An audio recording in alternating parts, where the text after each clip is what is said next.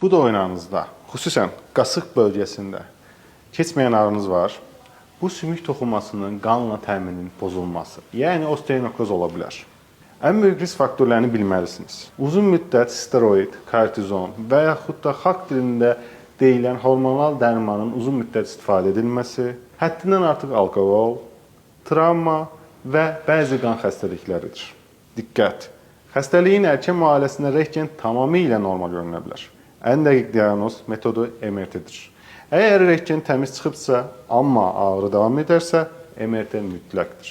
Erkən mərhələdə sümük hələ çökməyibsə, kordekompression, yəni tunelləmə cərrahisi ilə oynağı xilas etmək mümkündür. Amma gecikmişsinizsə və sümük başında çökmə baş veribsə, tək çarə but oynağının endoprotezləşdirilməsidir. Qasıq ağrılarını sadəcə əzələ dartılması sanmayın. Vaxtında müayinə hərəkət azadlığınızı qoruyur.